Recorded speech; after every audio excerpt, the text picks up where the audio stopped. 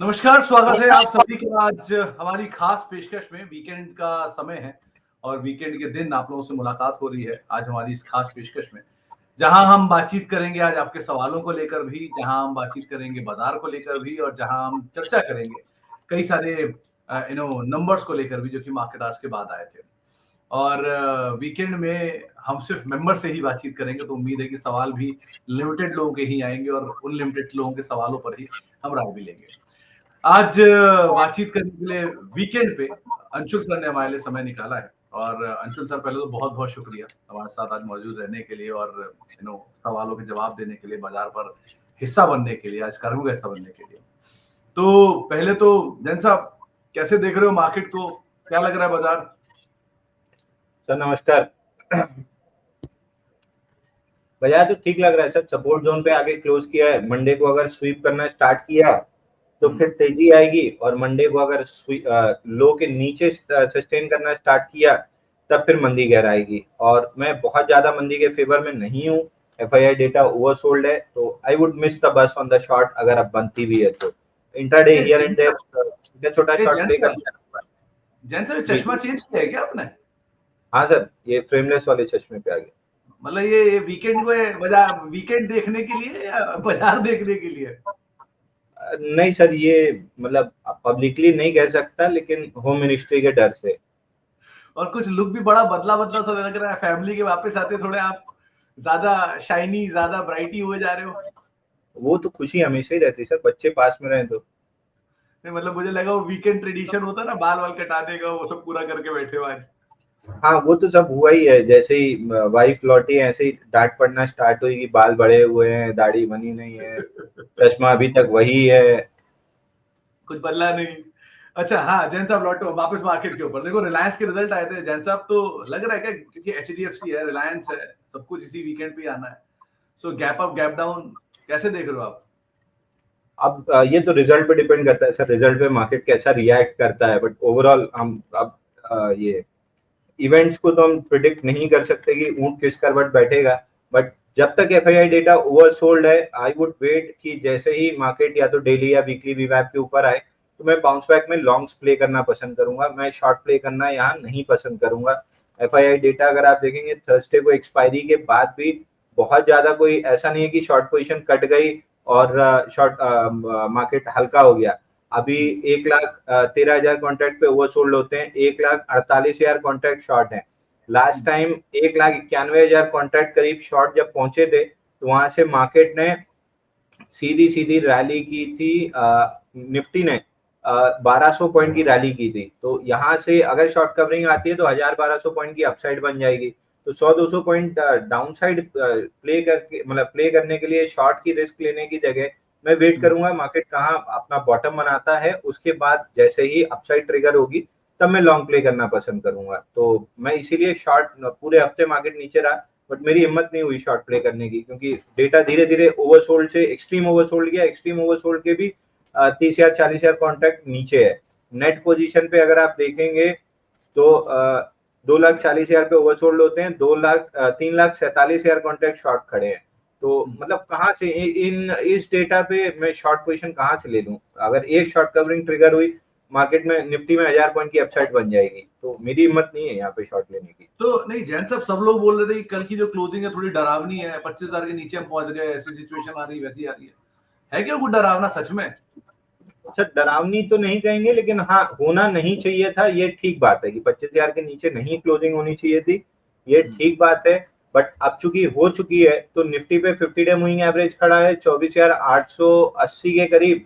ये पहला सपोर्ट बन जाएगा। अगर वो नहीं बचता है तो 24,733 के अराउंड डेली स्विंग लो है, वहां तक की हम डिप दे सकते हैं। बट इन डिप्स में कहीं भी 75 मिनट के चार्ट पे आपको बड़ी रिवर्सल कैंडल मिल जाए, बड़ा सा बड़े विक वाला हैमर मिल जाए, या आउटसाइड रिवर्सल बार बन जाए, या इस टाइप का कुछ भी बन जाए, पहले साइन ऑफ रिवर्सल पे आप प्रीएम्प्टिव लॉन्ग भी अगर घुसते हो तो आपकी प्रोबेबिलिटी नीचे जाने की कम और ऊपर जाने की ज्यादा रहेगी। बट उस कंफर्मेशन कैंडल में प्रॉपर कंफर्मेशन कैंडल होना चाहिए, मीडियोकर टाइप की नहीं होनी चाहिए। और निफ्टी बैंक क्या देख रहे हो? क्योंकि पीएसयू बैंक्स थोड़ा बहुत सपोर्ट कर रहे हैं, एचडीएफसी के नंबर सामने खड़े हैं, आईसीआईसी के नंबर सामने खड़े हैं, तो दो प्राइवेट बैंक्स के नंबर और दोनों मेगा बैंक्स हैं, तो वहां क्या देख रहे हो? सर अगर रिजल्ट ठंडा ठंडा निकल गया तो 56,200 का जो सपोर्ट है, मतलब गैप छूटा हुआ था बैंक निफ्टी पे 56,200 पे, उसको हमने फ्राइडे फिल किया है। और निफ्टी में भी जो गिरावट आई है वो बैंक निफ्टी की वजह से ज्यादा आई है। अब 56,200 का गैप फिल हो गया, अगर सब ठीक ठाक रहा तो, अगर मतलब रिजल्ट अच्छे आए और गैप अप मिल गया तो बहुत बढ़िया है, नहीं भी रहा तो इस 56,200 की जोन को अगर प्रोटेक्ट कर लेते हैं बुल्स, तो वापस से 57,050 के ऊपर निकल जाएंगे, और वो निकला तो फिर ऑल टाइम हाई निकल जाएगा। अगर 56,000 के नीचे क्लोज करते हैं तो फिर स्विंग लो जो है 55,500 के आसपास है, वहां तक हम नीचे आ सकते हैं। But that being said and done, मैं नीचे में रिवर्सल के सिग्नल पे बाई ही करना पसंद करूंगा, मैं शॉर्ट करना नहीं पसंद करूंगा। उसकी सबसे बड़ी वजह है सीनेक्स मिड कैप, जो 14,000 पॉइंट का कप एंडल पैटर्न डेवलप कर रहा है। अगर 15,500 के ऊपर ब्रेकआउट सस्टेन हुआ तो फिर बढ़िया तेजी डेवलप हो जाएगी। चलिए, इस पे तो बात करूंगा ही, लेकिन जरा अब रिलायंस के नंबर से बात कर लो कि वो सबसे बड़ी कंपनी और उसके नंबर कल शाम को बाजार बंद होने के बाद आए, तो जरा कुछ डिटेल नंबर आपकी स्क्रीन पर आते हुए दिखाई पड़ेंगे। सबसे पहले रिलायंस इंडस्ट्रीज का मुनाफा करीब करीब 26,994 करोड़ रुपए आया, जो कि 19,407 करोड़ से बढ़ के आया क्यू ऑन क्यू, और 15,138 करोड़ से बढ़कर आया वाई वाई। इतना बड़ा जंप रिलायंस के मुनाफे में इसलिए दिखाई पड़ा क्योंकि कंपनी के अदर इनकम में एक बड़ी जंप थी। अदर इनकम इसलिए ज्यादा थी कि कंपनी ने इस तिमाही के अंदर एशियन पेंट का स्टेक बेचा था। वो एशियन पेंट के स्टेक की बिक्री का इंपैक्ट आपको अदर इनकम में दिखाई पड़ा, जिसकी वजह से इस बार रिलायंस के मुनाफे के अंदर एक बड़ा जंप आता हुआ दिखाई पड़ा। अदर इनकम करीब करीब 15,119 करोड़ रुपए रही, जो कि 3,983 करोड़ रुपए से बढ़कर आते हुए दिखाई पड़ी। अदर इनकम में एशियन पेंट के स्टेक की वैल्यू करीब 8,924 करोड़ रुपए के आसपास थी, जिसकी वजह से कंपनी के मुनाफे में बड़ा जंप है। इसके अलावा रेवेन्यूज फ्रंट पर करीब करीब 2.5 लाख करोड़ रुपए के आसपास का रेवेन्यू का नंबर आया, जो कि अनुमान था 2.45 लाख करोड़ के आसपास का। मुनाफा 26,994 करोड़ रुपए आया, अनुमान था 21,233 करोड़ रुपए। ये अदर इनकम को एडजस्ट कर दो तो अनुमान से थोड़ा सा नीचे है। इसके अलावा इबिटा अनुमान से नीचे आया है, अनुमान था 44,961 करोड़ रुपए का, आया है 42,905 करोड़ रुपए के आसपास। और इबिटा मार्जिन 17.5% आया, जो कि अनुमान था 18.5% के आसपास आने का। तो ये हिस्सा रहा रिलायंस के इन नंबर से कमजोरी साइड का। जियो के नंबर्स में 35,032 करोड़ रुपए का एक आंकड़ा आया है, जो कि 30,000 करोड़ के अनुमान से बेटर है रेवेन्यू में। मुनाफा 7110 करोड़ आया है, जो कि अनुमान था 6675 करोड़, यानी अनुमान से बेटर है। इबिटा 16,600 करोड़ से अनुमान के सामने 18,000 करोड़ आया है, और मार्जिन 51% आए हैं, जबकि अनुमान था 53%। जियो का आरपू 209 रुपए आया है, 208 रुपए का अनुमान था। जैन साहब, बहुत सारे नंबर्स है रिलायंस के, क्योंकि जब बात करना शुरू करूंगा तो करता ही चला जाऊंगा, इतने सारे नंबर है इसमें। और लेकिन ओवरऑल रिलायंस के, क्योंकि आप बहुत साल से रिलायंस को ट्रैक कर रहे हो, आप उसे कई बार निजी तौर पे लेते भी रहते हो, सो रिलायंस इंडस्ट्रीज को कैसे देख रहे हो? अभी क्या सिचुएशन है? ये नंबर्स तो ठीक है, कोई बहुत खराब भी नहीं है, बहुत अच्छे भी नहीं। सर देखिए, मेरे लिए नंबर्स में दो मेन चीज थी और दोनों चीज ठीक आई है। एक, जियो हॉटस्टार का रेवेन्यू जो ये दिखा रहे हैं 9,904 करोड़ रुपए, और वो तो एक माइनर चीज है, मतलब 4-5%। 95% वेटेज जो मेरे लिए रखता है वो है मुकेश अंबानी का ये कहना है कि इस डेकेड एंड तक एबिटा डबल कर देंगे रिलायंस का। ये मेरे लिए बहुत बड़ी चीज है। तो मैं जो 2,000 का मिनिमम टारगेट लेके चल रहा हूँ, चार्ट पैटर्न पे 2,000 दिख रहा है, तो जो 2,000 का टारगेट लेके चल रहा हूँ वो शायद उसको एक्सीड करता हुआ दिखेगा। तो लॉन्ग टर्म के हिसाब से तो रिलायंस बहुत बेहतरीन लग रहा है। अगेन अभी शॉर्ट टर्म में 1530 का रेजिस्टेंस नहीं पार हुआ, मैंने भी प्रॉफिट बुकिंग कर ली है। नीचे में 1394, 1414 मेजर लिक्विडिटी जोन है। रिलायंस जैसे काउंटर या लार्ज कैप काउंटर्स में जब तक लिक्विडिटी ना ले ले तब तक बड़ी मूव नहीं आती है। तो लिक्विडिटी लेने के लिए नीचे आएगा, और वहां पे जब मिल जाएगी और एविडेंस बनेगा, वहां से वापस से आप लॉन्ग टर्म अपनी इन्वेस्टमेंट स्टार्ट कर सकते हैं। तो दो तीन पहलू है इसमें। देखो जैन साहब, रिलायंस इंडस्ट्रीज जैसे स्टॉक को दो तरह से आदमी लेता है, या तो उसमें वो लेकर खरीद कर भूल जाता है, या उसमें वो बार बार ट्रेडिंग करता रहता है। तो अगर खरीद कर भूलने वाली सिचुएशन है तो समझ में आता है जी 2,000 रुपए का टारगेट है, लेके आप भूल गए। लेकिन अगर बार बार खरीदने वाली सिचुएशन है तो मैं कहां पर खरीदूं, गैप डाउन में कहां एंटर करूं, कहां एग्जिट करूं, कैसे उस रेंज को प्ले करूं? अच्छा देखिए, अगर आप बार बार ट्रेडिंग करना चाह रहे हैं तो ट्रेडिंग तो स्पेसिफिक गेम है कि लेवल्स पे आया, एविडेंस मिला, तब आपको बाई करना है। तो फिलहाल ट्रेडर्स के लिए जो लॉन्ग इंटरेस्ट, अभी तो शॉर्ट इंटरेस्ट भी आपको आ सकता है। अगर आप थोड़ा सा एग्रेसिव प्ले करते हैं तो 15 मिनट का चार्ट लगा के वीवैप के नीचे बेच सकते हैं। बट लॉन्ग इंटरेस्ट रिलायंस जैसे काउंटर में शॉर्ट लेना बहुत खतरनाक होता है। लॉन्ग इंटरेस्ट आपका 1414 की जोन जब टेस्ट कर लेगा, 1414 1394 की जोन, उसके बाद जब रिवर्सल स्ट्रक्चर बनेगा तो आप ट्रेडिंग बेट्स प्ले करना स्टार्ट कर सकते हैं। मैं भी उसी के बाद ट्रेडिंग बेट लेना स्टार्ट करूंगा। चलिए, इसका दूसरा हिस्सा जियो फाइनेंस भी है, क्योंकि जियो फाइनेंस में ना केवल रिलायंस के रिजल्ट्स की वजह से कुछ हलचल रहेगी, बल्कि उन्होंने एक नया करार अपने इंश्योरेंस कारोबार को लेकर भी कर दिया है, और वो एक नया वेंचर उन्होंने फोरे कर दिया। तो ये पहले म्यूचुअल फंड, पहले एएमसी बिजनेस, ब्रोकरेज बिजनेस, और अब इंश्योरेंस बिजनेस, इसके अंदर भी एक्सपेंशन शुरू हो गया है। जियो फाइनेंस को क्या रीड कर रहे हो आप? वो तो सर पापा जी कह ही गए ना, कर लो दुनिया मुट्ठी में, तो होना तो सभी है। तो जियो फाइनेंस का शेयर शॉर्ट टर्म में नीचे 210 रुपए आते हुए दिख रहा है। उस जोन में अगर एविडेंस मिला तो बाई बनेगा 247 के लिए, अगर नहीं मिला तो थोड़ा सा और डिप ले सकता है, क्योंकि एक गैप छूटा हुआ है 298 के अराउंड। तो जैसे बैंक निफ्टी गैप फिल करने आ गई, ऐसे अगर ये गैप फिल करने आए तो 298 तक आ सकता है। But this stock is a buy on dip stock. Secular bull run में ऐसा लग रहा है कि ये स्टॉक आ चुका है। तो जब सेक्युलर बुल रन में रहता है तो स्टॉक में टारगेट लगाने की जगह ट्रेलिंग स्टॉप लॉस लेके चलते जाना चाहिए। तो अगर आप इन्वेस्टर हैं, बड़े स्ट्रक्चर को प्ले कर रहे हैं, तो 280 आपका 280 के नीचे क्लोजिंग आपका स्टॉप लॉस होना चाहिए, और डिप्स पे आपको ऐड करते जाना है। और लास्टली जैन साहब, अगर रिलायंस वर्सेस जियो में मुझे चूज करना हो अभी, तो किसको चूज करूंगा? मैं रिलायंस को सिलेक्ट करूँ। रिलायंस कैश का उसके पास जो O2C कारोबार है, मैं नीडे रिलायंस ही प्रेफर करूँ।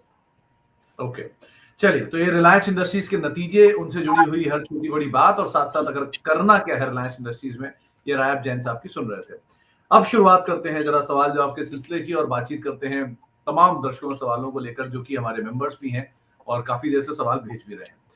शुभेंदु पहाड़ी जी का एक सवाल आया है कि एचडीएफसी लाइफ में क्या करना चाहिए। इस बार के इनके नंबर्स आए थे और नंबर्स थोड़े से वीक साइड पे आते हुए दिखाई पड़े थे, मतलब फ्लैट साइड पे रादर कह सकते हैं कि बहुत कोई फायरवर्क नहीं था, लेकिन वैल्यूएशन समरी थोड़ी हायर साइड पर है एचडीएफसी, इनफैक्ट पूरा इंश्योरेंस की है, स्लो मूवर है, बहुत धीरे चलता है, क्या किया जाए जैन साहब? सर देखिए, इसमें एक आया था 219 हफ्ते का बेस ब्रेकआउट, ब्रेकआउट के ऊपर सस्टेन कर रहा है, पुल बैक ले रहा है। अगर ये ब्रेकआउट फेल होना है तो स्टॉक को कहीं भी 696 तोड़ के उसके नीचे क्लोज करना पड़ेगा आइडियली। तो जब तक वो नहीं टूट रहा है तब तक मैं मान के चल रहा हूँ कि ये पुल बैक है, पुल बैक के बाद वापस एक बेस बनाएगा और फिर ऊपर चलेगा। तो अगर आपके पास किसी तरह का लॉन्ग है तो 690 आपका closing basis, weekly closing basis stop loss होना चाहिए। बाई के लिए अभी बहुत एविडेंस की जरूरत लगेगी फ्रेश बाइंग के लिए, तो अपना हाथ रोक के रखिए, जब भी एविडेंस बनेगा तो हम बाई रिकमेंड करेंगे। तो अभी बाय साइड पर तो इस पे हाँ नजर ना रखिए, लेकिन अदरवाइज आप नजर बना के रख सकते हैं, जो आपको लेवल्स बताए हैं जैन साहब ने उसके हिसाब से। मिस्टर एबी का एक सवाल आया है मेट्रोपोलिस हेल्थ केयर को लेकर। इन्होंने 2007 रुपए के दाम पर 200 शेयर लेकर रखे हुए हैं। सो जैन साहब, करना क्या चाहिए? मेट्रोपोलिस बीच में चला था, पूरा सेक्टर ही चला था, अब थोड़ा ढीला पड़ा है वापस, क्या किया जाए? अच्छा, स्टॉक में एक फ्लैगिश काइंड ऑफ एक्शन का ब्रेकआउट आया है। जब तक ये स्टॉक 1850 के ऊपर सस्टेन कर रहा है, एक बार मान के चल सकते हैं कि 2200 रुपए आ सकता है। फ्रेश बाइंग के लिहाज से अभी बहुत आइडियल स्ट्रक्चर नहीं है। तो आइडियल स्ट्रक्चर नहीं है, लेकिन ये पूरा सेक्टर जो है, इसमें डॉक्टर लाल, थायरो केयर, इनमें से कोई नाम? थायरोकेयर में ऑन द डिप्स 1040 के पास, 1040 1060 आता है, तो एक बार वहां पे अगर एविडेंस मिला तो फिर बाइंग देख सकते हैं। ये लाल पैथ लैब में जरूर आप एक छोटा सा ट्रेड कर सकते हैं 3130 3190 तक के लिए। तो आपके लिए थायरो केयर, डॉक्टर लाल पैथलैब, पूरा सेक्टर जो है उसका भी एक चेक रखा है, आप उसके हिसाब से काम कर सकते हैं। एक आईटीआई को लेकर सवाल आया है, 316 रुपए के दाम पर लिए हुए हैं, करीब करीब 126 शेयर। ये पीछे दिनों बड़ा बज में था, बढ़िया तेजी आई थी, नए हाईज भी बनाए थे, वापस अब थोड़ा ढीला पड़ रहा है, क्या करना चाहिए इसमें? सर आईटीआई में बड़ा जो आप बता रहे हैं, बड़ा मतलब बड़ी बार बनी थी, उसके बाद से ये बनी थी 26 मई वाले वीक में, उसके बाद से 3 6 2 8 हफ्ते हो चुके हैं, उसी रेंज के अंदर ट्रेड कर रहा है। अगर स्टॉक को ऊपर चलना भी है तो मदर बार का हाई तोड़ना पड़ेगा जो 370 के आसपास है, तो 370 के बाद ही इसमें कोई बाइंग बनेगी, नहीं तो अभी और 2 3 4 हफ्ते ये साइडवेज रह सकता है। तो आपको एक राय यहाँ पर दी गई है, आप उसके हिसाब से अपनी रणनीति बना सकते हैं। एक सवाल आया है एसके साहब का, ये भी हमारे एक मेंबर है। इन्होंने पिरामल फार्मा ले रखा है 197 के जोन्स में, और इनका सवाल ये है कि ये क्या ब्रेकआउट पर आ गया, मतलब ब्रेकआउट आ चुका है स्टॉक के अंदर, या ये स्टॉक वापस इसी जोन के आसपास जो इनकी खरीदारी का दाम है 197 यहाँ पे आता हुआ दिखाई पड़ेगा। अब ये लॉन्ग टर्म के लिए पोजीशंस को अपनी होल्ड कर सकते हैं। क्या ये दाम सही दाम है इसमें एंटर करने के लिए, या अभी भी आउटराइटली जा सकते हैं? सर अगर लॉन्ग टर्म के लिए लिया है तो रोज रोज भाव देखना छोड़ दीजिए, छोटे मोटे ब्रेकआउट से आपको खास मतलब होना नहीं चाहिए। ब्रेकआउट अभी बना नहीं है, ब्रेकआउट बनेगा 240 के ऊपर। प्रीएम्प्टिव हमने 204 205 रुपए में अपने क्लाइंट्स को लॉन्ग दिया था, प्रॉफिट बुक कराई है। अगला 226 निकालता है तो फिर 240 तक प्ले करेंगे, और 240 के बाद इसमें बढ़िया ब्रेकआउट बन जाएगा ऑल टाइम हाई तक के लिए। तो स्टॉक वापस से अपना करेक्शन फेज कंप्लीट करके वापस अपमूव बना रहा है। ये अपमूव सस्टेनेबल अपमूव में 241 के ऊपर कंफर्म हो जाएगी। तो फिलहाल धीरे धीरे करके जाएगा, अप ट्रेंड में है, शांति से बने रहिए। तो बने रहिए। अगर आप लंबी अवधि के निवेशक हैं तो आप इसके हिसाब से भी यहाँ पे आप नजर बना के रख सकते हैं। एक सवाल आया है ABFRL पर, करीब संजीव कुमार जी का सवाल है। 209 रुपए के शेयर पे उन्होंने शेयर खरीदे हैं पोस्ट स्प्लिट, यहाँ पर क्या करना चाहिए? तो एबीएफआरएल ने तो अभी कोई खास पैटर्न बन नहीं रहा है। वीकली चार्ट पे मेजर मूविंग एवरेज से रिवर्स किया है। अगर ये फेल करता है और 81 के ऊपर निकलता है तो फिर अपसाइड 94 तक आती हुई दिख सकती है। यूपीएल और वीआईपी क्लोथिंग, इन दोनों में खरीदारी करके चलने की राय, या फिर इन दोनों में बने रहने की राय, करना क्या चाहिए इसमें? सर यूपीएल में अगर आपको ट्रेड करना है तो आप ट्रेड कर सकते हैं ऑन द डिप्स। कहीं भी 677 के आसपास एविडेंस मिलता है तो फिर लॉन्ग कर सकते हैं 715 तक के लिए। वीआईपी क्लॉथिंग अभी डेवलपमेंट में है पैटर्न, तो थोड़ा सा हो सकता है इसमें समय लगे। Immediate buy I would wait. थोड़ा पैटर्न अंडर डेवलपमेंट है, अगर किसी दिन कुछ बनेगा अच्छा सा तो हम जरूर देंगे, हमारी एक्टिव वॉच लिस्ट में है। किसी दिन बनने लगा तो हम जरूर इस पर रिकमेंड करेंगे। तो 29 देखते रहिए, मिल ही जाएगा आपको जिस दिन ब्रेकआउट बनेगा। ओके, विजय बदवैक साहब का एक सवाल आया है। सीमेंस एनर्जी के 130 शेयर हैं, टीसीएस के शेयर हैं 3370 रुपए के दाम पे, और अब ये रोलेक्स रिंग में खरीदारी करने की इच्छा रख रहे हैं किसी एक को बेच के।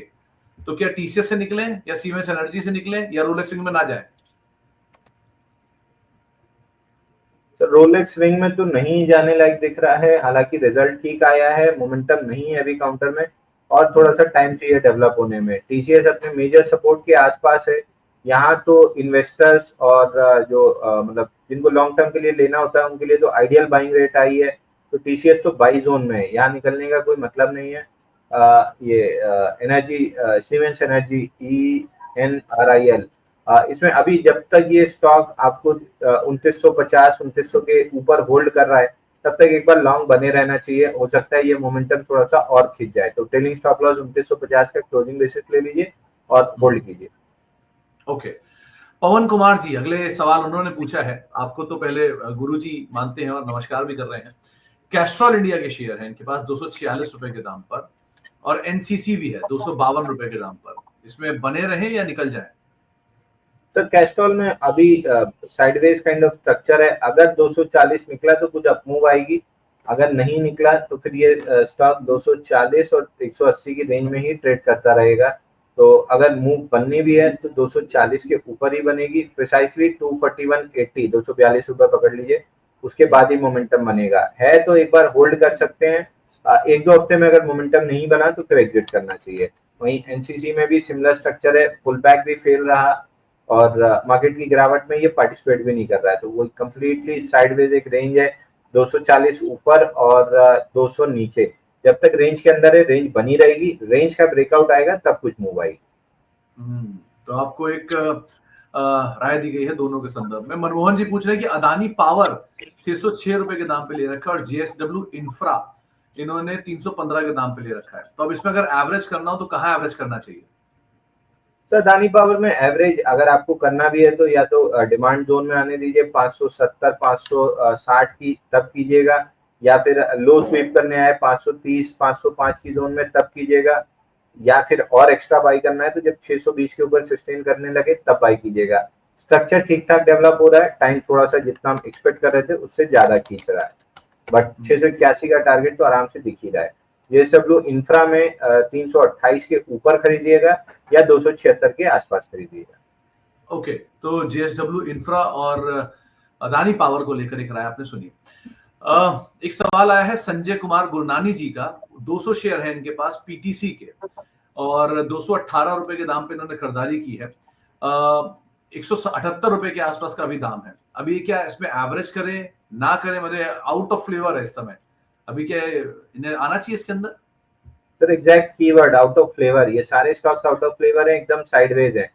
किसी दिन कोई अच्छी न्यूज आ जाएगी तो 10-15% का डंडा खड़ा हो जाएगा, खराब न्यूज आएगी तो उतना ही नीचे की तरफ चल देंगे। तो इनमें इन स्टॉक्स में अब कोई सलाह देने का मतलब नहीं रह जाएगा, क्योंकि कंप्लीटली साइडवेज है और साइडवेज स्टॉक किसी भी तरफ फट सकता है। तो जब तक 170 172 की जोन होल्ड है, एक बार बाउंस बैक कर सकता है, बाकी बहुत स्ट्रेंथ तो नहीं है।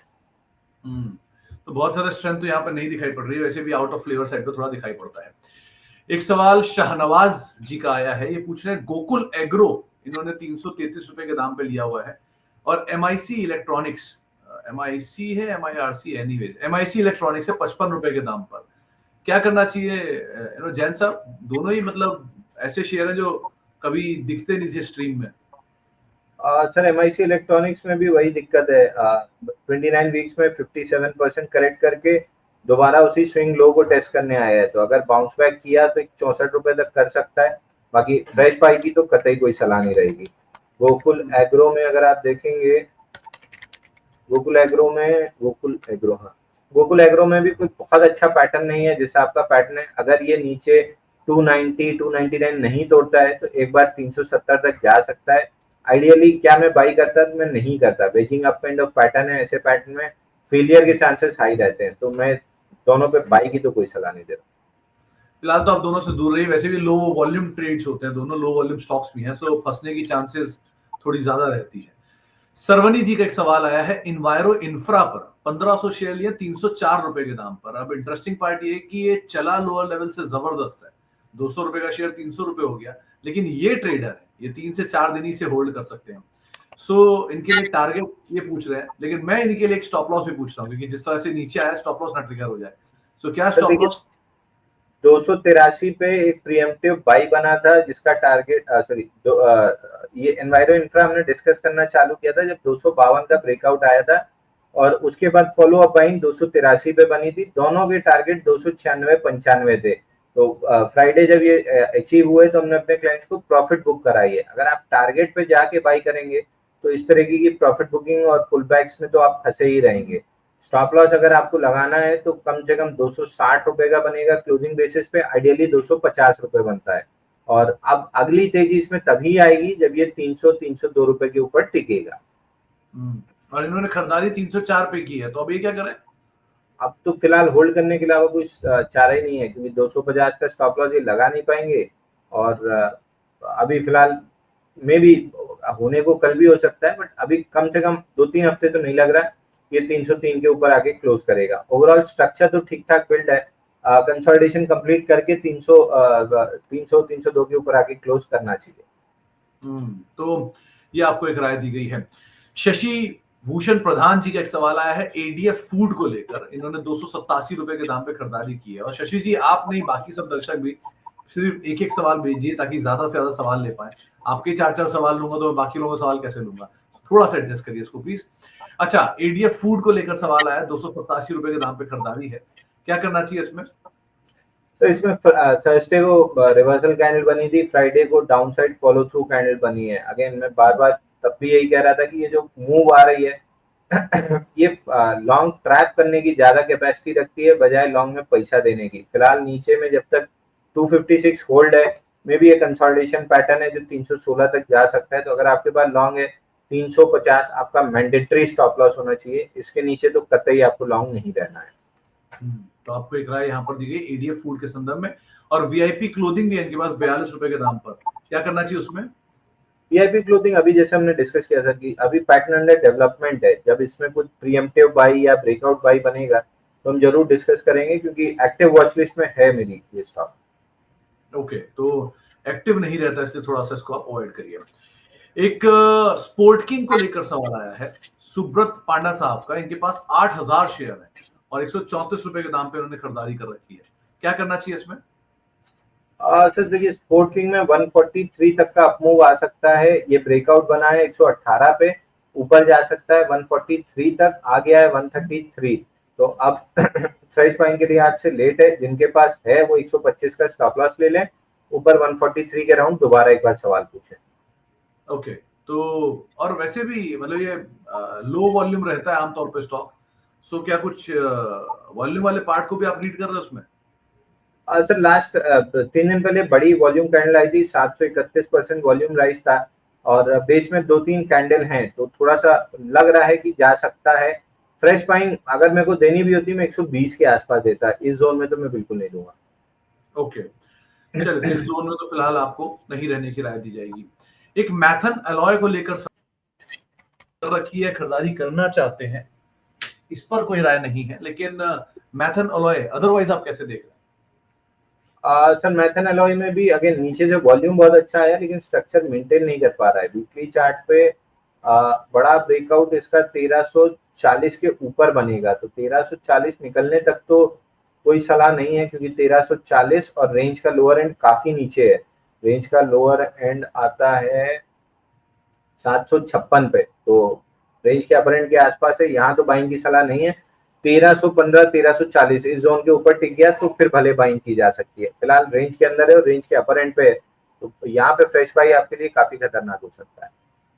तो फ्रेश बाय थोड़ा सा रिस्की हो सकता है। सनी कुमार साहब पूछ रहे हैं एचसीएल टेक में क्या करें, लॉन्ग टर्म का इन्वेस्टमेंट। इनफैक्ट जैन साहब पूरा आईटी में क्या करें, क्योंकि एक तरफ आईटी ऑलरेडी 30% टूटा हुआ, ऊपर से जैसे जैसे अर्निंग आ रहा है हैवी वेट 20-20%, 10-10% और नीचे सरक गए। सो अब यहाँ क्या किया जाए, मतलब क्या रिस्क रिवॉर्ड में रिवॉर्ड ज्यादा है, रिस्क कम है, ऐसा मान के चले? अच्छा देखिए, मिड कैप स्टॉक तो मैं पिछले 7-8 महीने से मना कर रहा हूँ कि आईटी के मिड कैप से आप दूर रहिए। लार्ज कैप्स में 20-22% की गिरावट है, और लार्ज कैप में कहीं भी स्टॉक 30% से ज्यादा गिरता है तो उसके बाद इंस्टीट्यूशन एक्यूमुलेट करने आते हैं, बट वही है, स्लो ग्राइंडिंग एक्यूमुलेशन का प्रोसेस होता है, उसके बाद तेजी डेवलप होती है। तो ट्रेडर्स के लिए तो बहुत अपॉर्चुनिटी नहीं है। इन्वेस्टर्स एचसीएल टेक, टेक महिंद्रा, इन्फोसिस, ये सब 30-30% ऑल टाइम हाई से नीचे हैं। इस जोन में कहीं भी 30% काफी होता है लार्ज कैप के लिए गिरना। इसके बाद एक्यूमुलेशन स्टार्ट होती है, तो अगर आप इन्वेस्टर है तो एक्यूमुलेट करना स्टार्ट करना चाहिए। ओके, और एचसीएल टेक को लेकर पर्टिकुलरली क्या राय रख रहे हो? देखिए, एचसीएल टेक में एक गैप फेल हुआ था, दूसरे गैप से थर्सडे वहीं आगे क्लोज किया था, फ्राइडे इनसाइड बार है, तो एग्जैक्टली मैं नहीं कहूंगा कि सेकंड गैप प्रोटेक्ट हो गया है 1482 1526 का, अभी भी बहुत एविडेंस लगेगा। तो अगर इन्वेस्टर हैं तो एक्यूमुलेट कीजिए कहीं भी 1400 1350 की जोन में। अगर ट्रेडर है तो थोड़ा सा वेट कीजिए कोई रिवर्सल स्ट्रक्चर बनने का। तो आपको एक राय यहाँ पर दी गई है। इसके अलावा टाटा स्टील में खरीदारी करी है, 131 शेयर है 120 रुपए के दाम पर। यहाँ क्या करना चाहिए एक महीने के लिए? दूसरा, जीत साहब पूछ रहे हैं कि यूनाइटेड स्पिरिट्स लेना चाहिए क्या? हाँ, तो जैन साहब आजकल ले रहे हो क्या शेयर? Of course. सर नहीं, मैं तो रिलायंस और टाटा स्टील में ही रहता हूँ सर। हाँ, नहीं मतलब यूनाइटेड स्पिरिट्स कैसा देख रहे हो, आजकल सावन भी चल रहा है। अभी तो सावन में सेल डाउन रहेगी। टाटा स्टील से शुरू करते हैं। वही 161 का ब्रेकआउट पॉइंट है, उसी के आसपास घूम रहा है। ना स्टॉक ब्रेकआउट ले रहा है, ना ब्रेकडाउन दे रहा है, ना बाई ऑन डिप्स की अपॉर्चुनिटी दे रहा है। अगर कहीं मार्केट में दबाव बनता है, जो सपोर्ट जोन पे निफ्टी बैंक निफ्टी अगर फेलियर होता है, डाउन साइड मिलती है, तो नेचुरल है टाटा स्टील भी नीचे आएगा। 149 के नीचे अगर कहीं मिल जाए तो इन्वेस्टर्स को एक्यूमुलेट करना चाहिए। ब्रेकआउट या बड़े अपमूव के लिए अभी पूरी तरीके से पैटर्न पका नहीं है, समय लेगा। और तो ये समय हो सकता है 2 हफ्ते ले ले, हो सकता है 2 महीना ले ले, तो क्लियर नहीं है। जब एविडेंस बनेगा तब देखेंगे। यूनाइटेड स्पिरिट में अभी फिलहाल तो मेजर सपोर्ट ऊपर का नहीं प्रोटेक्ट हुआ। दूसरे मेजर सपोर्ट जो 1364 आपके शो पे बात हुई थी कि रिएक्शन बहुत अच्छा नहीं है, फ्राइडे को वापस से उसके नीचे लगभग वहीं पे आके क्लोज किया है। अब अगर या तो 1410 के ऊपर टिके तो बाउंस बैक बनेगा, और अगर यही स्ट्रक्चर बना रहा तो थर्ड मेजर सपोर्ट 1267 है, यहाँ तक स्टॉक नीचे आ सकता है। 1267 पे फिर वैल्यू बाई बन जाएगा ये। डॉक्टर आबिद साहब का एक सवाल आया है। इन्होंने 100 शेयर ले रखे हिमाद्री केमिकल के, करीब 485 रुपए के दाम पर। इन्होंने कॉन कॉल भी सुनी, पॉजिटिव दिख रही है, नंबर्स भी ठीक थे। अभी आपका व्यू समझना चाह रहा है कि क्या है चार्ट्स को लेकर या अदरवाइज? सर चार्ट पे तो देखिए एक बड़ी कैंडल बनी थी और 4,789% उसका वॉल्यूम राइज था, 54.7 मिलियन। ये बनी थी 27 जून को। उसके बाद से लगभग उसी कैंडल के अंदर पूरा काम हो रहा है, ना उसका ब्रेकआउट आ रहा है ना उसका ब्रेकडाउन आ रहा है। एक ब्रेकआउट अटेम्प्ट ट्यूसडे को किया गया था लेकिन वापस उसके नीचे आगे क्लोज किया। तो 527.50, 528 बड़ा रेजिस्टेंस है। इसके ऊपर अगर क्लोजिंग आती है तो फिर स्टॉक में अप मूव आना स्टार्ट होगी 605 रुपए तक के लिए। तो जब तक मदर बार का ब्रेकआउट नहीं देता 530 के ऊपर, तब तक तो लॉन्ग्स नहीं बनते हैं। बट स्ट्रक्चर जिस हिसाब का डेवलप हुआ है, ऐसा लग रहा है कि ब्रेकआउट देना चाहिए। तो एक बार होल्ड कीजिए 1-2 हफ्ते, फिर इसको देखते हैं क्या कर रहा है। मुझे तो केमिकल लग रहा है क्या जैन साहब बॉटम की तरफ, क्योंकि ऑलरेडी बहुत स्पेसिफिक होकर चल रहा है यहाँ पे कहानी। सर केमिकल में मैं दो ही स्टॉक में बड़ा पॉजिटिव था। एक जेजी केमिकल जो अच्छा 30-40% का मूव 2 दिन में दे गया था। दूसरा मैं टाटा केमिकल पे पॉजिटिव हूँ। तीसरा हिमाद्री स्पेशलिटी मेरे को ठीक लग रहा है। मदर बार का ब्रेकआउट आता है तो मैं बाई दूंगा। तो ये तीन स्टॉक्स तो मेरे को पर्टिकुलरली केमिकल में अच्छे लग रहे हैं। और जो बाकी बड़े वाले नाम है, जैसे ये हुआ दीपक नाइट्राइट, एसआरएफ, इनको कैसे देख रहे हो? दीपक नाइट्रेट पिटा हुआ है सर ऊपर। 3200 पे बाइंग क्लाइमेक्स करके 1800 आ गया है। इसमें कोई खास नहीं दिख रहा है। एसआरएफ में भी पैटर्न ब्रेकआउट जरूर है 3169 का, लेकिन उसके ऊपर टिक नहीं पा रहा है। तो थोड़ा सा इसमें डाउटफुल हूँ। 1-2 हफ्ते का समय दूंगा। बट एकदम क्लियर कट पैटर्न जेजी में था जहाँ पे मिल गया 40%। अब टाटा केमिकल में एक 990 तक की मूव मिल सकती है। और तीसरा स्टॉक जो डेवलप हो रहा है वो हिमाद्री स्पेशलिटी है।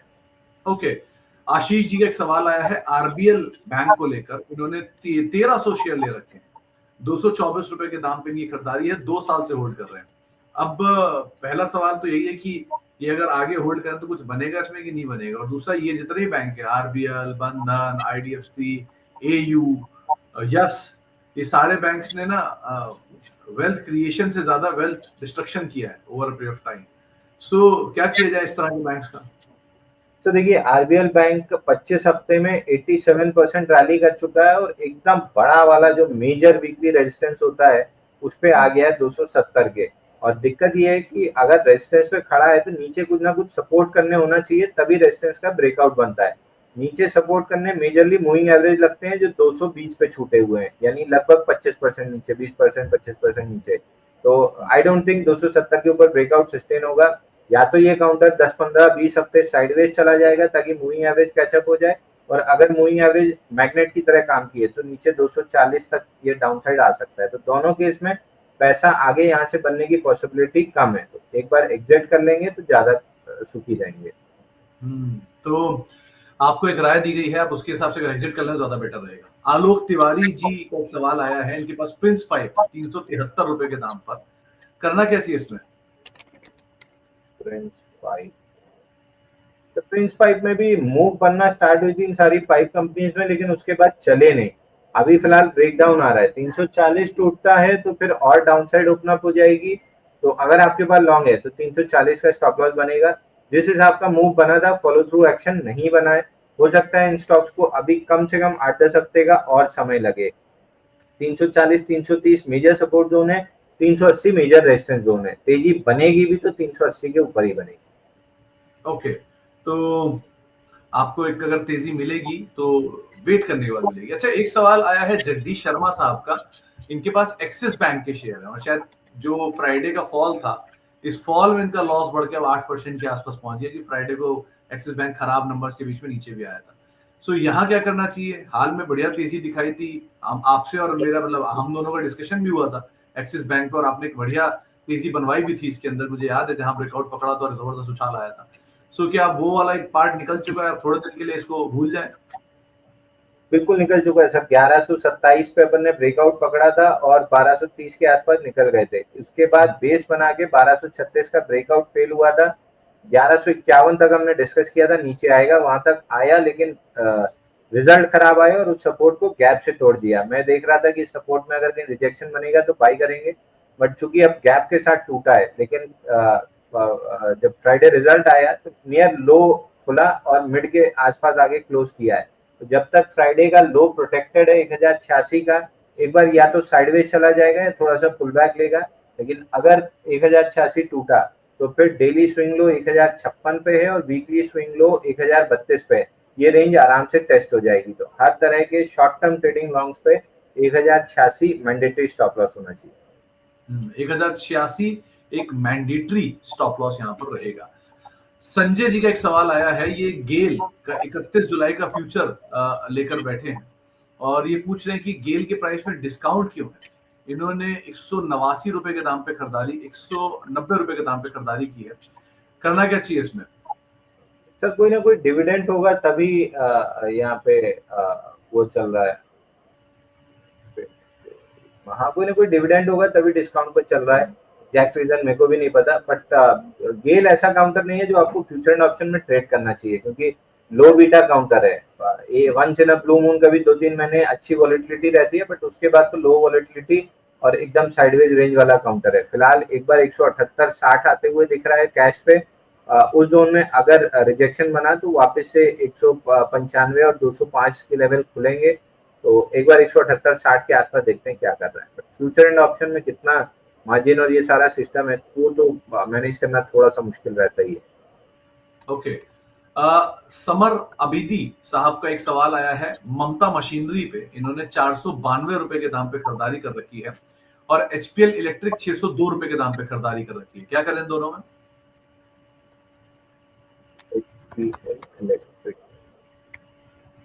देखिए एचपीएल इलेक्ट्रिक में एक ब्रेकआउट आया था 127 दिन के कपनल पैटर्न का, उसको रीटेस्ट करने नीचे आ रहा है। तो 595 इसका मेजर सपोर्ट जोन है, वहां उस जोन में कहीं भी रिजेक्शन बना तो एक बाई स्ट्रक्चर ले सकते हैं। स्टॉक आराम से 692 तक जा सकता है। दूसरा आपका ममता इंजीनियरिंग में फिलहाल 458 का ट्रेलिंग स्टॉप लॉस रहेगा। अगर 520 के ऊपर टिक गया तो फिर एक बार 600 तक की अपसाइड मिल सकती है। तो आपको एक राय यहाँ पर ममता मशीनरी और एचपीएल इलेक्ट्रिक के संदर्भ में दी गई है। अनिल जी के पास देवयानी इंटरनेशनल के शेयर हैं, 200 शेयर हैं और करीब 202 रुपए के भाव पे इन्होंने खरीदारी कर रखी है। अब ये पूछें क्या इसमें एवरेज करना चाहिए? हाल में शेयर बीच में चर्चा में भी आया था काफी, जब वो कुछ मर्जर की बातचीत हुई थी। आप इसे कैसे रीड कर रहे हो? तो देखिए इसमें बॉक्स बना हुआ है, ऊपर 199 नीचे 141। बॉक्स लो को फेल किया है 141, वहां से 187 तक आया था, अभी पुल बैक ले रहा है। तो यहाँ से दोनों प्रोबेबिलिटी है, क्योंकि स्टॉक एकदम साइडवेज है लेकिन बीच में एक्यूमुलेटिव कैंडल दिख रही है, तो मैं मान के चल रहा हूँ कि इंस्टीट्यूशन एक्यूमुलेशन हो रहा है। तो प्रोबेबिलिटी 60% है कि 199 तक चला जाएगा। एक बार के लिए आप होल्ड कर सकते हैं। चूंकि मोमेंटम नहीं है तो मैं एवरेज की सलाह नहीं दूंगा। डेड मनी के आगे डेड मनी लगाना कोई समझदारी नहीं है। एक बार होल्ड किए रहिए। 198 199 ये जोन आती है तो सवाल जरूर पूछिएगा। ये वो क्या डेड मनी के आगे कौन सी मनी नहीं लगानी चाहिए? एक बार तो मरा हुआ पैसा पड़ा ही है आप और उसी में पैसा लगा देंगे तो कोई मतलब नहीं है। बढ़िया था ये लाइन भी। समुराय हैंडल से एक सवाल आया है गल्फ ऑयल को लेकर, इन्होंने लॉन्ग टर्म का व्यू पूछा है, क्या करना चाहिए इसमें? सर गल्फ ऑयल में पैटर्न ठीक ठाक डेवलप हो रहा है। अगर ये स्टॉक ऊपर टिका 1294 के ऊपर तो फिर इस स्टॉक में 1500 तक की अपसाइड आएगी। प्रीएम्प्टिव बाई नहीं करना है, 1294 निकलता है तो ही बाई बनेगा। ओके, तो 1294 निकलता है तो आप वहां पे खरीदारी कर सकते हैं। लक्ष्मी नारायण मिश्रा जी पूछ रहे हैं कि टाटा टेक के 745 रुपए के दाम पर इन्होंने शेयर खरीद रखे हैं और इन्होंने शुरुआत में 803 पे थोड़ा सा शेयर निकाला भी हुआ है, 50% कैश में है। सो अभी क्या करें, वापस दोबारा ऐड कर ले क्या? सर ये मेरे पर्सनल पोर्टफोलियो में है तो buy sell stop loss target की सलाह तो नहीं रहेगी, लेकिन स्टॉक मेरे को 803 और 841 जाते हुए दिख रहा है। इस जोन में मैं बायर रहूंगा। तो 803 840 आता हुआ दिखाई पड़ रहा है, तो बायर साइड पे रह सकते हैं। इसके अलावा जतिन दवे साहब का सवाल आया है हिंदुस्तान मोटर्स को लेकर, करीब 28 रुपए के दाम पे खरीदारी की है। मतलब जैन साहब आज आपसे बात करते करते शेयर वापस सामने आया, मैं तो समझ रहा था ये डीलिस्टिंग हो गया होगा अब तक। कैसा देख रहे हो आप इसे? सर मैं भी सरप्राइज हूँ कि ये पुराने ये कहाँ से निकल के आ गए हैं। हिंदुस्तान मोटर में एक वीकली कैंडल बड़ी बनी थी 26-27% की, तब भी शायद मेरे ख्याल से सवाल आया था, तब भी मैं स्केप्टिकल था कि यहाँ पे बाइंग मैं तो नहीं करूंगा इन सब पुराने काउंटर्स में। नीचे में 2260 का मेजर सपोर्ट है, लग नहीं रहा कि वो प्रोटेक्ट होगा, और नहीं हुआ तो 2055 का अगला मेजर सपोर्ट है। तो स्टॉक में ये सब स्टॉक्स में तो मैं कभी बाइंग की सलाह देता ही नहीं हूँ। नहीं तो एक बात बताओ जैन साहब, ये जो भूले बिसरे शेयर रहते हैं आमतौर पे हम लोग तो आते ही रहते हैं सवाल, लेकिन ये सडनली कहीं से निकल के आ गया एक शेयर और इस पे बातचीत होनी शुरू हो गई। ये टाइप के शेयरों में आदमी क्यों पैसा डालता है? ट्रेडिशनल शेयरों में क्या दिक्कत थी? सर प्रॉब्लम ये होती है ना कि फटाफट पैसा कमाने के चक्कर में 20% चला है तो ले लिया कि और चल जाएगा। बट ये थोड़ा सा अगर चार्टिंग हिस्ट्री देखेंगे तो हमेशा ये रैली इसमें फंसा के नीचे ही आया है, तो मेरे को लगता नहीं है। हालांकि इस बीच में ये बड़ा लंबा चला था, 2020 में 3 रुपए से लेके 2024 में 48 रुपए तक गया था। मल्टीपल डेकेड ऑफ वो मतलब पूरी डेकेड लॉन्ग कंसोलिडेशन से निकल के। बट मेरे को नहीं पता इसके फंडामेंटल्स कितने अच्छे हैं। 20-20 पैसे का ईपीएस आ रहा था, मार्च में ईपीएस जीरो है, मतलब नो प्रॉफिट नो लॉस, और सेल भी जीरो है, यानी कोई माल ही नहीं बेचा इनने, ना माल बेचा, ना पैसा आया, ना प्रॉफिट आई। तो जीरो सेल्स और जीरो ईपीएस दिख रहा है। अब कितना सही है तो देखना पड़ेगा डिटेल में, बट जो इंडिकेटर मेरे पास सेल और ईपीएस का लगा है उसमें दोनों जीरो दिख रहा है, मतलब कंपनी ने कुछ काम ही नहीं किया है। नहीं, ऐसा ही होता है सर। आप एक बार जरा एमएमटीसी और एसटीसी को देखो, इनका भी सेम बिजनेस है। इनके ऑपरेटिंग प्रॉफिट अगर आ रहे हैं तो अदर इनकम के दम पर आ रहे हैं। वहां क्या करा जाए? वहां भी सेम सिचुएशन है। सेम ही है सर। एमएमटीसी भी, एमएमटीसी तो आप देखोगे 1300 रुपए में 2010 में था, वहां से गिर के आ गया 2013 में 36 रुपए, तब से वही 36 रुपए के आसपास इधर उधर स्टैंडर्ड डिविएशन के बेसिस पे ऊपर नीचे हो रहा है, बट कोई बहुत बड़ी तेजी नहीं है। अगर आप ये बड़ी तेजी देख के फंस गए कि 32 से 130 गया है, ये भी याद रखिए कि 1300 से गिरते आया था। तो अगेन आपने एमएमटीसी का नाम ले लिया, दिसंबर और मार्च दोनों क्वार्टर में जीरो ईपीएस दिख रहा है और सेल्स 0.2 0.3 करोड़ दिख रही है। तो मेरे को तो मतलब कंपनी नहीं समझ में आती है। क्या ही करे सर, ये बाजार की ब्यूटी है, क्या कर सकते हैं इसमें। खैर, वेबसोल एनर्जी ले रखा है 1320 रुपए के दाम पर अशोक राठौर साहब ने, और पूछ रहे हैं कि एक महीने में कहां तक जाएगा। आप क्या देख रहे हो उसमें? सर एक महीने में लग नहीं रहा कहीं जाएगा। ऊपर 1477, नीचे 1175 की रेंज है, बिल्कुल मिड है रेंज की, मतलब मिड ऑफ द रेंज पे खड़ा है। तो ये कहना मुश्किल है कि ऊपर जाएगा कि नीचे जाएगा। हो सकता है साइडवेज भी रह जाए। तो मोमेंटम जब नहीं रहता काउंटर में तो कोई भी सलाह देना नेक्स्ट टू इम्पॉसिबल हो जाता है। तो आप मोमेंटम नहीं है तो कोई राय यहाँ पर नहीं है। एसजी फिनसर्व, एक और सवाल आया है समुराय साहब के हैंडल से, और ये पता नहीं सर ढूंढ ढूंढ के शेयर निकल रहे हैं। कैसे देख रहे हो आप इसे? Sir BSc only listed counter है, मार्केट कैप तो ठीक है, 2500 2400 करोड़ का है। वॉल्यूम भी इसमें अच्छा होता है, 2,67,000 का। बट इसमें एक प्रॉब्लम है कि स्टॉक 2016 से 2021 तक कंसोलिडेट किया 9 रुपए के आसपास, 9 रुपए से फटा तो सीधे 700 रुपए तक गया, 748, वहां पे बाइंग क्लाइमेक्स कर चुका है। तो बाइंग क्लाइमेक्स के बाद 50% करेक्शन तो बनता ही है, जो 350 पे होता है, यानी 314 का लो ऑलरेडी बन चुका है, वहां से बाउंस बैक दे रहा है। मैं कोई भी सलाह नहीं देना चाहूंगा इस चार्ट में, क्योंकि ये वही चार्ट है, या चले तो चांद तक, नहीं चले तो रात तक। तो मैं सलाह तो नहीं दूंगा इस पे। बड़े समय बाद ये लाइन सुनी मैंने। खैर, वंडरिंग मंजीत जी के सवाल आया है। शीला फोम उन्होंने ले रखा है 675 रुपए के दाम पर, और दूसरा करारो इंडिया, हाल का ये आईपीओ है। बहुत ज्यादा चार्ट तो नहीं होंगे, क्या किया जाए इन दोनों में? सर करारो की स्पेलिंग कुछ और है क्या? CARARO। हाँ CARR। करारो में सर एक नीचे पूरी फॉल का 50% रिट्रेसमेंट है 475 पे। बहुत समय से यहाँ पे स्ट्रगल कर रहा है। फ्राइडे ब्रेकआउट देने की कोशिश किया लेकिन दे नहीं पाया है। तो इवेंचुअली जब भी ये काउंटर 470 472 के ऊपर टिकेगा, एक 50-60 रुपए की अपसाइड बन सकती है। तो 475 का अलर्ट लगाइए, निकलता है तो एक बार लॉन्ग पार्टिसिपेट कर सकते हैं। आइडियली पैटर्न ठीक ठाक बन रहा है, बहुत बड़े वॉल्यूम्स नहीं है लेकिन ठीक ठाक वॉल्यूम है। दूसरा शीला फोम में सर कंप्लीटली मेरे ख्याल से बहुत पहले भी सवाल पूछ चुके हैं। 164 हफ्ते में 70% गिरा है बाइंग क्लाइमेक्स करने के बाद। 2000 पे बाइंग क्लाइमेक्स हुआ था। बहुत अच्छी तो सलाह नहीं है, बट अगर ये 600 500 आ जाता है कोई खास सरप्राइज नहीं रहूंगा मैं। विवेक रेड्डी साहब पूछ रहे हैं कि गरुड़ा कंस्ट्रक्शन में क्या करें। ये 1 साल का इनका नजरिया है, नंबर अच्छे हैं, अभी क्या किया जाए? सर इसमें एफआईआई की लगभग 2-2.5% होल्डिंग है, तो ये हमारी एक्टिव वॉच लिस्ट में था। स्टॉक में 130 का ब्रेकआउट आया था और उसके बाद से कंटिन्यूअस अपमूव है। अब फ्राइडे की जो कैंडल है उसमें 2721% वॉल्यूम राइज है और ऊपरी स्तर से थोड़ी सी सेलिंग आई है। अगर आपके पास लॉन्ग है, स्टॉप लॉस ले लीजिए 158 का क्लोजिंग बेसिस और मोमेंटम कैरी कीजिए जहां तक ये ले जाए। 190 195 आता है तो एक बार सवाल पूछ लीजिएगा। ओके, निष्ठा श्रीवास्तव जी पूछ रही हैं कि आपने फ्राइडे के शो में एचएएल से एग्जिट करवा दिया था, इन्होंने प्रॉफिट ले लिया, अब उस पैसे को ये कहाँ लगाए जहां पे इनके पास already Adani power, Adani total, Tata tech है, सो क्या लिया जाए? अब आई वुड सजेस्ट कि अदानी उनके पास अदानी पावर है, Adani power on the dip ले लीजिए। एटीजीएल अगर लॉस में है तो उसी को एवरेज कर लीजिए। और अगर आप इन्वेस्टर हैं तो आप देखिए इसमें जेएसडब्ल्यू इंफ्रा में अच्छी अपॉर्चुनिटी बन रही है, थोड़ा थोड़ा करके एक्यूमुलेट करते जाइए, क्योंकि आपको अचानक से ऐसे लगेगा कि ये तो एक हफ्ते पहले ही 300 रुपए के आसपास था, आज 360 हो गया। वो एक हफ्ता किसी भी हफ्ते में आ जाएगा, उसका टाइमिंग करना बड़ा मुश्किल है। जैसे 240 था तो अभी कल ही तो 240 था और फिर 320 दिखने लगा, तो वो वाला हाल हो जाएगा। तो एक्यूमुलेट करते चलिए, थोड़ा सा इन्वेस्टर बनिए, 3 4 5 महीने का पेशेंस रखिए, बड़ा पैसा दे देगा। ओके, रतन पावर अंसारी साहब के पास है, 17 रुपए 19 पैसे के दाम पे उन्होंने खरीदारी की है। ये वो वनडे वंडर वाली स्टोरी है, कभी भी एकदम से इनमें तेजी आती है, चल पड़ते हैं कुछ कुछ कहानी पे, फिर वापस ठंडे पड़ जाते हैं। अभी क्या किया जाए?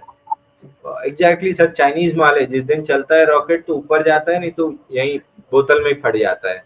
अब 1414 ये 1442 ये एक मेजर सपोर्ट है, जब तक इसके ऊपर है 1780 जाने की गुंजाइश बनी हुई है। तो 1440 के स्टॉप लॉस से एक बार आप होल्ड कर सकते हैं।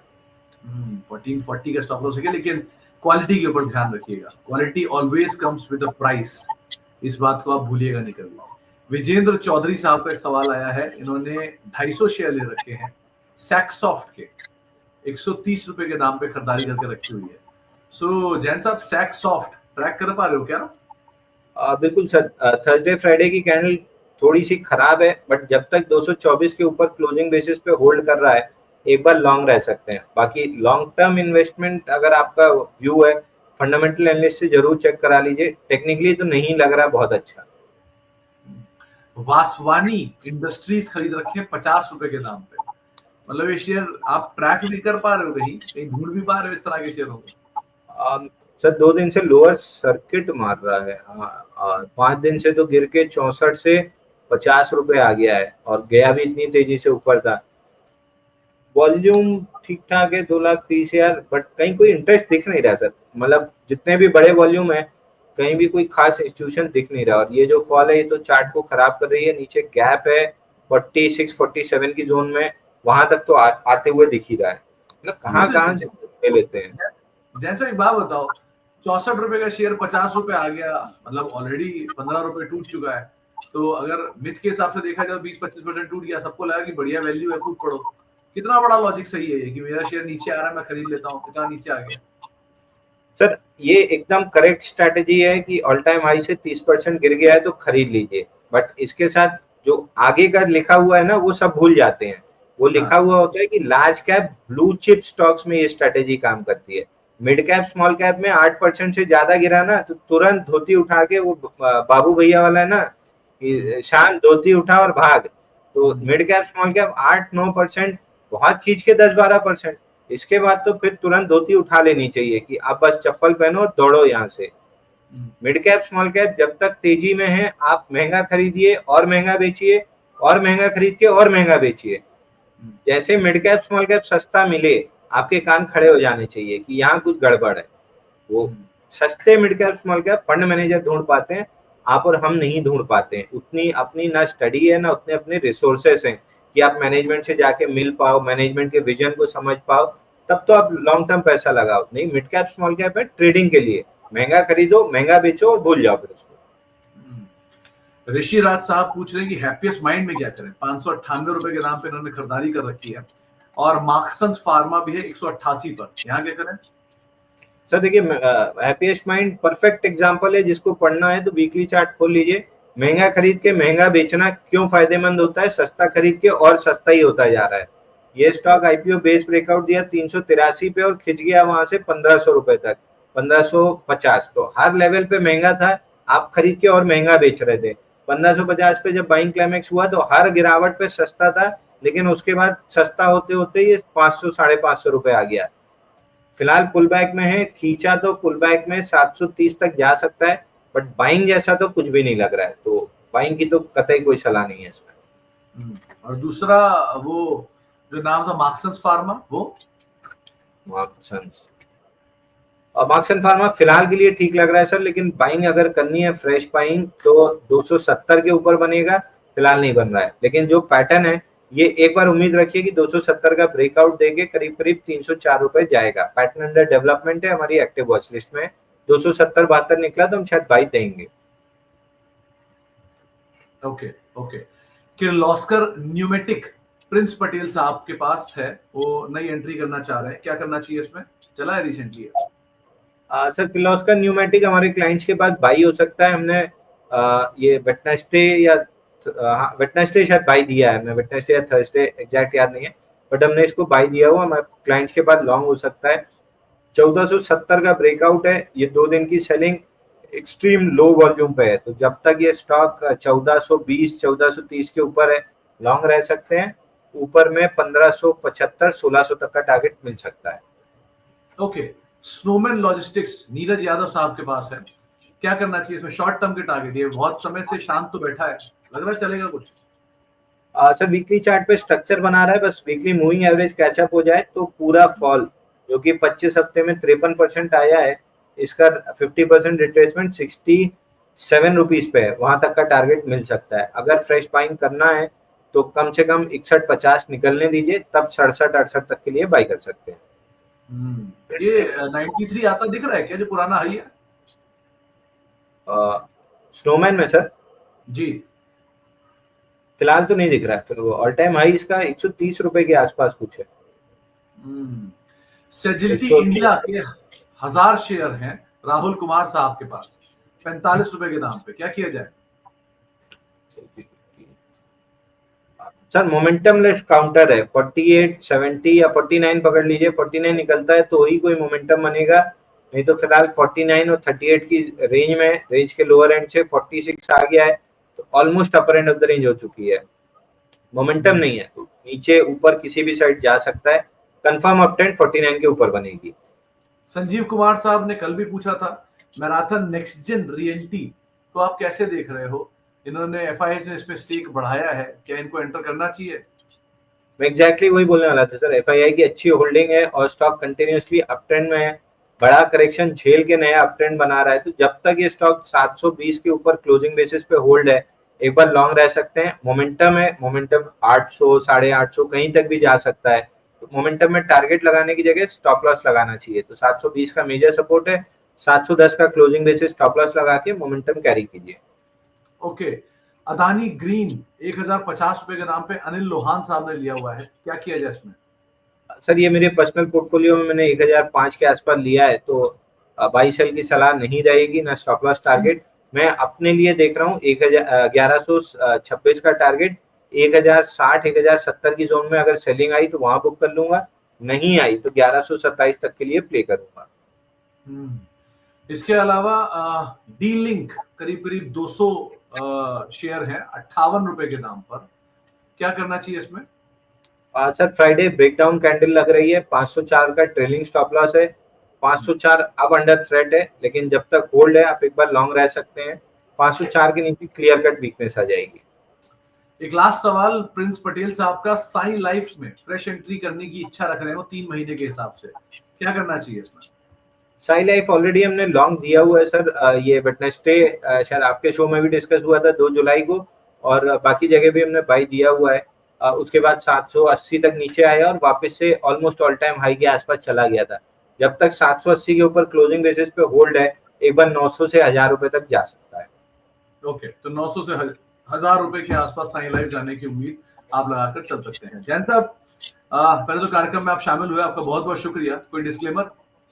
सर टाटा टेक और अदानी ग्रीन 2 मेरे पर्सनल पोर्टफोलियो में है, बाकी जितने स्टॉक्स डिस्कस किए हैं कहीं ना कहीं क्लाइंट्स के पोर्टफोलियो में हो सकते हैं, क्योंकि मिड कैप स्मॉल कैप में हम डिलीवरी बाई देते रहते हैं 8-9% के लिए। क्या हाल है बारिश का जैन साहब वाराणसी में? 2 दिन से तो नहीं हुई सर, अब गर्मी होने लगी है।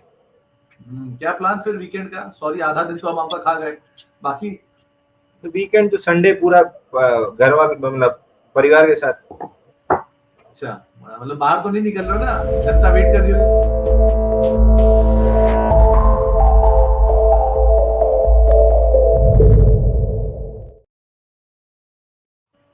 अजय सर, नहीं सर, बाहर निकलने का कोई मूड नहीं है। हाँ बाहर निकलना मत, जनता बहुत ज्यादा मतलब सवाल भेजे जा रही इसलिए पूछ रहा हूँ, क्या पता इंतजार कर रही हो। अंदाज तो खैर, आपका ऐसा है कि जनता ढूंढ रही है मानने के लिए। नहीं सर, कहाँ आपको मारेगी कोई, ऐसा कहा आपको लोग किंग ऑफ स्टॉक मार्केट बोल रहे हो और आपको कोई मारने के लिए ढूंढेगा, ऐसा कैसे हो सकता है। खैर जैन साहब, बहुत बहुत शुक्रिया आज हमारे साथ जुड़ने के लिए, कार्यक्रम को हिस्सा बनने के लिए, सैटरडे में परिवार के अलावा हमसे जुड़ने के लिए और अपना समय हमें देने के लिए बहुत बहुत शुक्रिया एक बार फिर से। और आपसे बाकी मुलाकात होती रहेगी अदरवाइज। फिलहाल इस कार्यक्रम को तो यही समेटेंगे, अब ब्रेक आउट है और बाकी भी मनी 9 पे अलग अलग खबरें अलग अलग समय पर आप देखते रहेंगे। फिलहाल के लिए इतना ही।